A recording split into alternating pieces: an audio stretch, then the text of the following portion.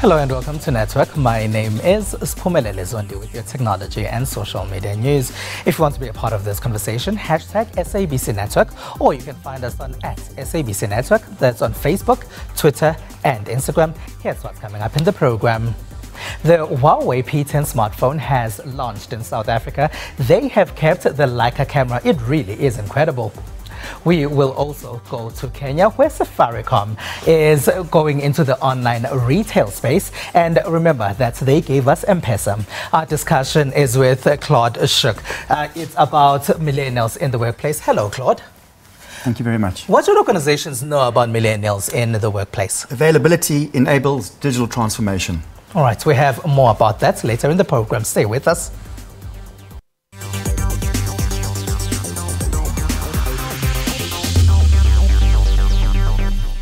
When close to 300 schoolgirls were abducted in Chibok in northeastern Nigeria in 2014, a social media movement called Bring Back Our Girls started. It also started protest marches and political conversations on social media. All across Africa, various political conversations happen on a daily basis. These are about various issues. Hashtag Tajamuka and hashtag This Flag received a lot of support during their initial stages of their calls for people to stay away from work because of economic hardships in Zimbabwe. Recently, we've been hearing about the arrest of Ugandan academic Dr. Stella Nyanzi after she criticized her country's president and his wife on Facebook. But is social media the right space for political discourse? Some of the schoolgirls who were kidnapped by Boko Haram have been released. There was international outcry and government criticism on social media when they were initially kidnapped in 2014. Social media also aided a movement called Bring Back Our Girls. Organizers of that movement are relieved that many of the girls are now back. It's a welcome development. It gladdens our hearts, and we know that even the parents of the girls are happy because it means gradually closure, we are attaining closure. And of course, all 1 million Nigerians are happy. In 2016, Pastor Evan Moharire gained popularity in Zimbabwe because of his videos that shared his passion for Zimbabwe, called for people to stay away from work, and used the hashtag This Flag. I looked at this small flag that I have that sits on my desk, and I started asking the question, why is it that everything I have tried to do as a person in this country has not worked out? And one of the things that came to my mind was, I feel like my own country has stood in the way of my dream. For a while, people listened to him and heeded his calls. Another campaign that was doing the same was hashtag Tajamuka. In Uganda, university lecturer Dr. Stella Nyanzi was arrested and later granted bail after she criticized President Yoweri Museveni and his wife Janet, who also serves as the country's education minister. The Facebook comments were overpromised sanitary pads for schoolgirls, which were later not budgeted for. In Ethiopia, there was online protest when the Zone 9 bloggers were arrested for criticizing the government online. But are social media platforms the right spaces for political discourse? In Africa, our politicians are the big men who are expected to be respected. As in a village, when I meet my elders, I take off my hat, I greet them, and there's that kind of decorum.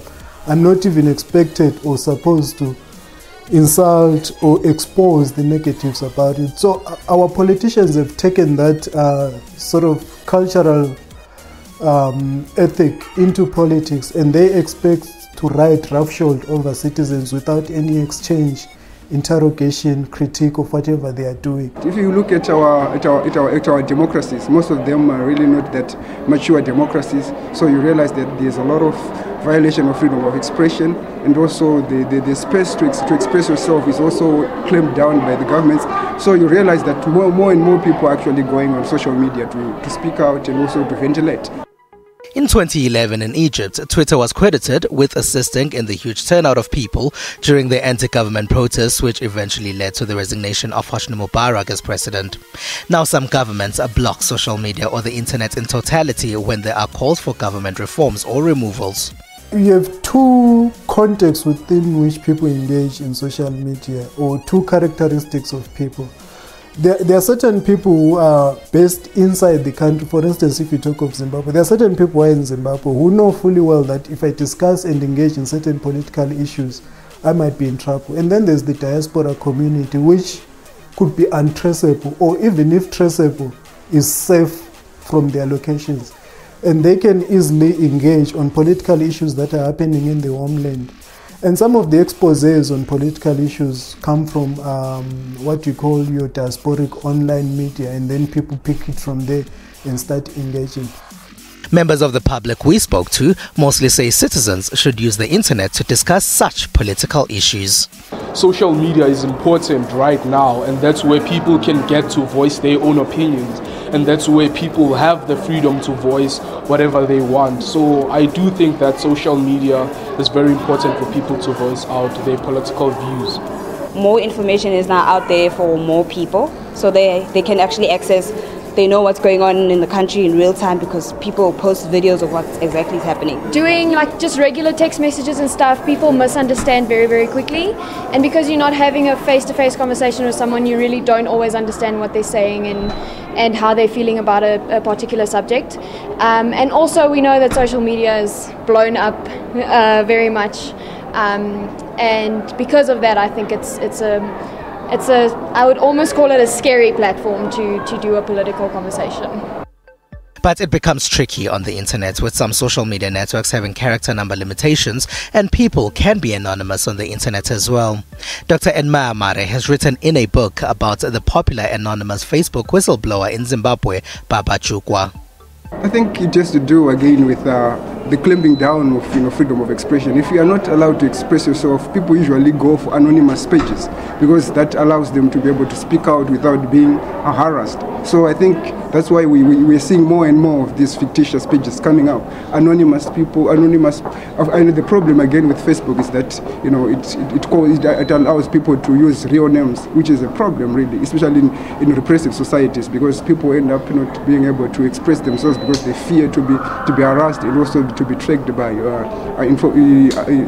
intelligence agencies. As we've seen in the past, social media does assist in letting the international community know what's happening inside a particular country.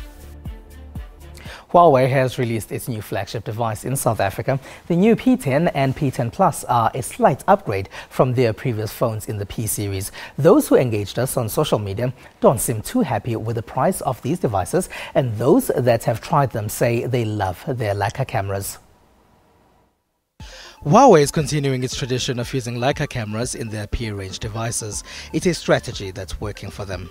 Those that have had a bit of time with the P10 say the camera is what they love the most. The dual camera, yes, the lighting is also good. You discover more about this phone every day. So it's also just the build as well. So the display, it's got a clean, crisp display, which I really love.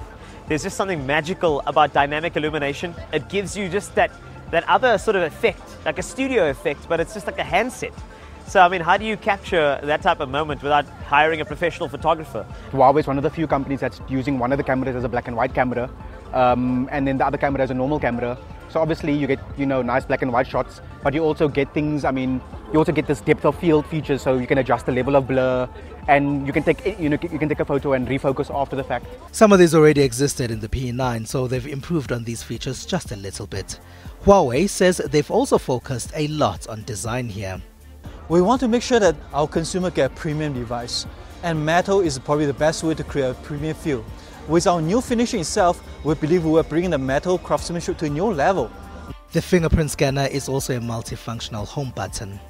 The home button doubles as a fingerprint scanner here, and that whole fingerprint debate is also another thing, like some people like it on the back, some people like it on the front. One can put an additional storage card to avoid running out of space. It's a feature that's become prominent in Android phones. The P10 costs 12,999 Rand, and the Plus is 1,000 Rand more if you're buying it cash. Kenya's largest mobile phone network provider is planning to get into e-commerce. Safaricom is known for bringing us M-Pesa. Kenya's mobile phone network provider, Safaricom, is known for revolutionizing mobile money usage with the M-Pesa service. Now, they're thinking of getting into the online retail space later this year. It's a kind of mixture between Alibaba and Amazon. But essentially what I want to be able to do is I want to be able to deliver a marketplace to small, medium-sized enterprises. So, you know, if you're running a business in Kisumu, it's really hard for you to find a marketplace in Karen, for example. And so we just want to make that connection. You recall we made some investment in Sandy, and many people probably wondered why would we invest in a motorcycle business. Well, it's because of that. You know, they would play a critical role in getting us to where we want to get to. Safaricom is Kenya's biggest telecoms operator.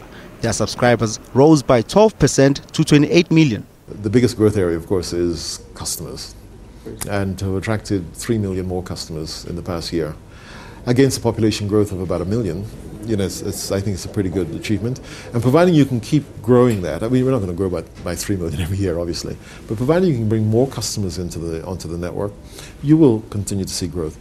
Revenues from voice grew modestly, while revenue from short messaging services dipped slightly, as the operator started feeling the impact of messaging services like WhatsApp.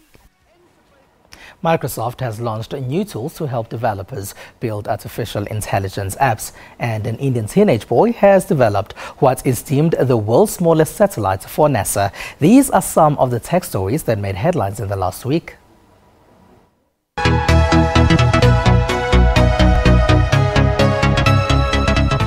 Microsoft Corp turned up the heat on other technology giants this past Wednesday by launching new tools and services to help developers build more intelligent apps.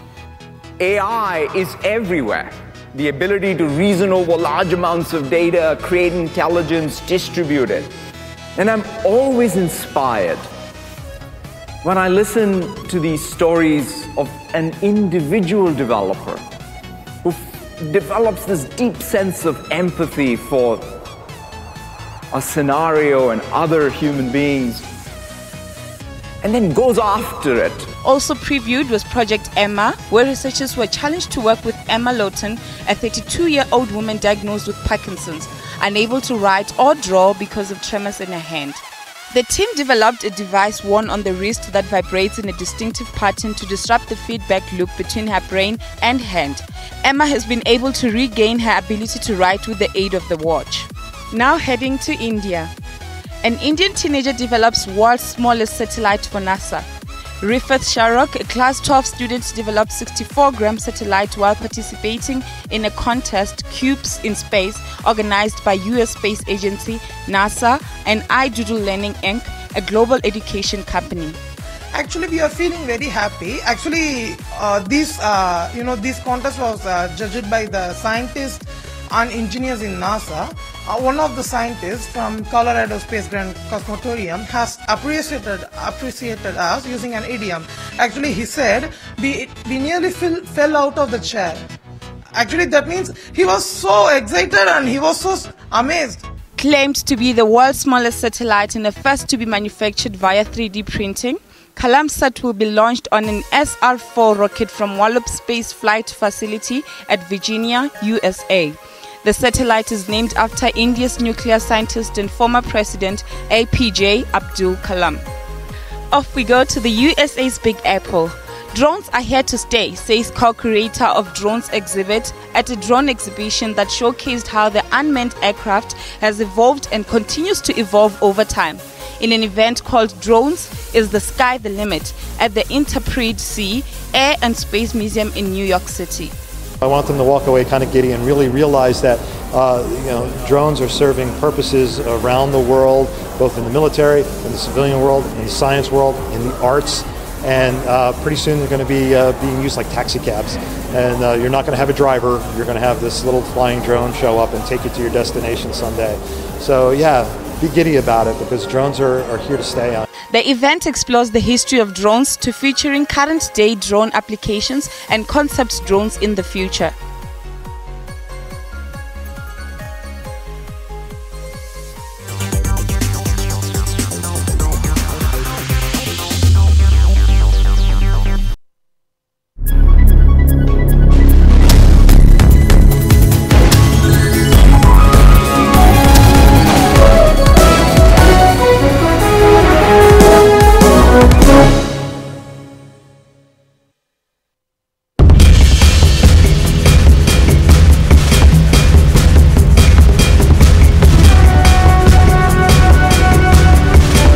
Did you know that Vilakazi Street is the only street in the world to have housed 2 Nobel Prize winners? Vilakazi Street in Orlando West, Soweto, southwest of Johannesburg in the Republic of South Africa, has been home to Nelson Mandela and Archbishop Desmond Tutu. Nelson Mandela's house was a modest family house from 1946 and still maintains those features. Archbishop Desmond Tutu still owns his house in Vilakazi Street since 1975 and often goes to stay there when visiting Johannesburg. Because of its popularity, the street has an influx of tourists. Restaurants with local cuisine have mushroomed around it, creating job opportunities for the locals and improving the lifestyle in the area. Orlando West High School in Vilakazi Street is known for its creative role during the famous 1976 uprising.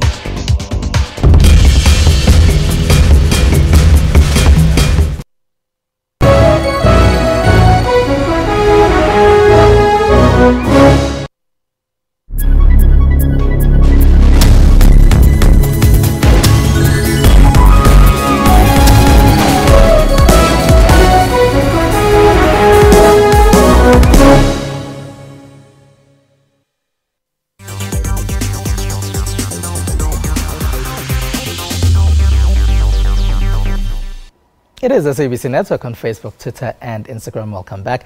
Now, British websites, the C-Suite says modern-day workplaces are full of millennials. These are people born between 1980 and the year 2000. Many in this generation are often described as digital natives. In Africa, they pretty much have mobile phones as part of many of their routines in their lives. The C-Suite says one area that is coming under increasing review is the relationship between millennial employees and their employers. The website says millennials don't work for you, they work with you. They say employers also need to know that this generation will make up 75% of the workforce by 2030. So there's no way of avoiding changing and realizing that workplaces need to be collaborative and inclusive to cater to the needs of millennials. That also changes workplace culture and what people look for when they think of organizations to consider for employment. Organizations also need to keep up with the latest tech trends in order to remain attractive to potential millennial employees. My guest, Claude Shook, says this means human resource departments need to change the way they pitch themselves to our generation. Claude Shook is the regional manager for Africa at VIM. And thank you for being a part of our network. Thank you very much for hosting me. Now, why this fuss over millennials? There's a generation, we call them Y generation, instant gratification generation. It's about here and now. They were born in this era of internet, digital. For them, it's about 24/7, being always online, being connected. And often these individuals have technology that they bring into business that business doesn't have as yet. So they often way ahead of the curve in terms of what business puts down for them. This creates an issue because firstly you want to attract good talent. That's the one thing. And these individuals operate at that pace and that level. So it's important, and you mentioned HR, that they don't only look after the well-being of safety at work, but give them the platform to integrate and work like they are used to outside of work. And is HR, especially in old organizations that have existed for decades or even centuries, are they willing to change? Are they willing to cater to millennials? Absolutely. I mean, if the net result is if you don't change and if you don't do that, in essence, if you fast forward, you go out of business. So in today's age of digital and always on, every company is a software company. So today you can't operate without software. So if that software is not available and your workforce can't work, you lose that workforce and you lose business, and eventually you go out of business. The term millennials itself is a contentious issue. In the African context, does it apply? Absolutely. We travel, obviously I travel a lot into Africa. I see a lot of customers and people there. I think it's really relevant in Africa. Africa having less mature infrastructure and getting people all to one place at one point at one time sometimes is challenging. So the new way of doing business in terms of operating online with digital platforms enables people to collaborate together and be in one space together and still do their work without having to physically be in the same location. So if you were to advise an organization today that's looking for young people that are going to change the way the organization does things, what would you say to them? Yeah, I think it's important to understand, from an employer perspective, you need to create a platform where they can do their work quite flexible and not rigid. It's not an 8 to 5 anymore. And the one thing to understand is those employers, that same generation is your new customer. So how's your new customer? You need to understand how they're working as well. So it's really twofold from an employee perspective, but understanding that because that's your new customer of the future. We started with research that's been done by C-Suite when we introduced this topic, and it says that it's a collaborative effort now. It's no longer an employer-employee relationship. Absolutely. So I think it's consultative. So employers they don't push hard and fast rules down onto individuals. They very much consult in, giving them flexible working hours, giving them different devices to work from and on, to enable them to do their job correctly and properly and without having to sit behind a desk 8 to 5. And would you say then that millennials, do they find the right companies in today's climate? I think they struggle. Because there's lots of companies that are traditional in their way of thinking. If they don't learn to adapt, they need to do it very, very quickly. So I think the millennials have choice where to go, and one of those choices is how always on is that company? How up to date are they in terms of technology? That's going to be a choice for me that I want to go to. I want to go to a place that is ahead of the curve because that's what I'm used to. Can an organization avoid this and say, well, we're staying the way we've always done things? It's worked for us for the last 20, 30, 40 years. It's very, very dangerous. If you don't adapt, you'll die. So, digital transformation is here. Companies have to look for new ways of adapting to trade in the marketplace. If you don't, you get disrupted. The old ways of doing business has changed. Customers are buying in a different way, and they want access to your product and your services 24/7, not 8 to 5 when you open your shop front. Now, Claude, if companies want more information about this, where should they get this information and how they can change? There's many articles online. Obviously, as Veeam, we focus a lot on availability. That means digital platforms and looking after those, making sure they're always up and running. So there's a lot of collateral on our Veeam site as well. All right. Claude from Veeam, thank you very much for being a part of our network. I appreciate it. Thank you very much. All right, sure. Now, this week, we caught up with comedian Tall Esmo's family. They told us what their favorite piece of technology is. Hi, my name is Tando Kayanale, and my favorite gadget is PlayStation. Yeah, why do you like PlayStation? Because I like it. I like playing video games. Yes. Yeah, it's my favorite thing in the world, just sitting on the couch and playing video games. Okay, also I do some soccer, but video games, yeah. I have to go with you on this one. PlayStation, definitely. That's our favorite gadget. It brings us all together as a family. Sometimes we fight a lot over games and controllers, but it's a cool gadget to have.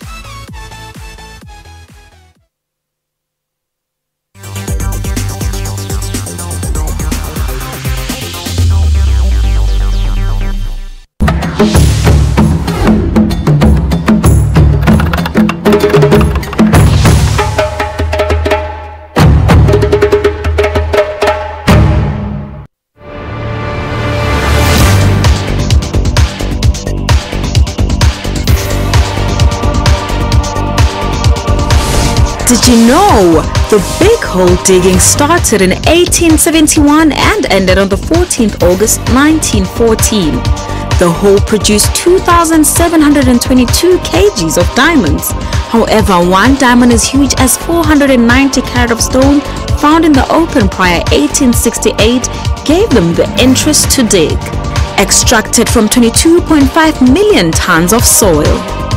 Today, the hole sits at a breathtaking 214 meters deep. Kimberley Big Hole attracts tourists from all over the world, taking a vintage tram past the city, then cycling around the Big Hole.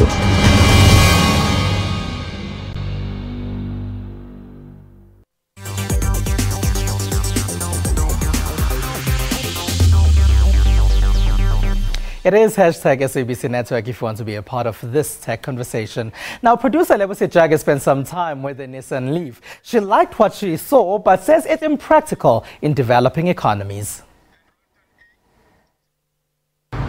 Hello, I'm Lebogang Sejake, and I got the opportunity to try out this electric car behind me, the Nissan Leaf. But first things first, let me unplug the charger and take it for a spin and tell you what I think of it.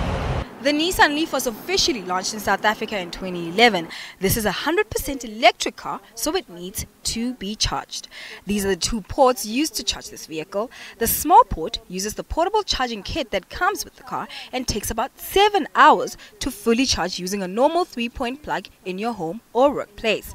Electricity being the main source of power raises concerns of skyrocketed bills and power outages that might leave one stranded, especially if there's no Nissan dealership that has the quick charging outlet nearby. Maybe the next generation Leaf will come with solar power rechargeable capabilities. This nozzle inserted in the big port makes part of the electric quick charging station found in Nissan dealerships and gives the car 100% power in just 30 minutes. So one thing I really enjoyed about this car is how quiet it is. I mean, it is run on electricity and it's very, very quiet. You cannot hear a thing as you drive. And sometimes people are even ask me if I've started the car or not, and I'm like, yes, it has. And that is the beauty of driving an electric car, and an eco-friendly car, that is. The reason for the low sound is because the Nissan Leaf doesn't have an internal combustion engine or transmission, which means that it's zero emission. It has high-tech features like the color touch display layout, which basically gives me all the information I need, which are speed, temperature and distance. The fact that it has a touchscreen radio, I mean, I know it is a thing nowadays, but I just really enjoy the fact that I can just go on my screen and touch whichever song that I like and not worry about, manually changing stations. I was also fascinated by their uniquely designed gear lever, which has a big gear that helps me reboot the energy. This feature works like the battery saving mode on smartphones. However, I did have a bad experience driving this car on a highway while the battery was low, which would get one worried if there is no Nissan dealership nearby. But long story short, this experience drilled into my head that the Nissan Leaf is not designed for long distance trips. Overall, it is a car of the future, and like every other technological enhancements that we get in this, in our times, in this digital revolution time that we're living in, it will be perfected. I have a feeling that they will perfect it, and eventually these will be the only cars that we all drive. She seems to have had a lot of fun with that one. Now this week, our Twitter poll has been asking which of the recently released smartphone devices will you be buying? Now, 42% of respondents said the Samsung Galaxy S8 smartphone. This was followed by 29% who said none of the phones that were given. Third to that was 25% who said they will be buying the Huawei P9 smartphone. There was a margin of 4% that said they will be buying the LG G6 smartphone. And that's all we have for you. You can find us on SABC Network. That's on Facebook, Twitter and Instagram. Use network at sabc.co.za on email. We leave you with visuals of what happened at the Generation Next Awards. From me and the rest of the network team, have a good one. Bye-bye.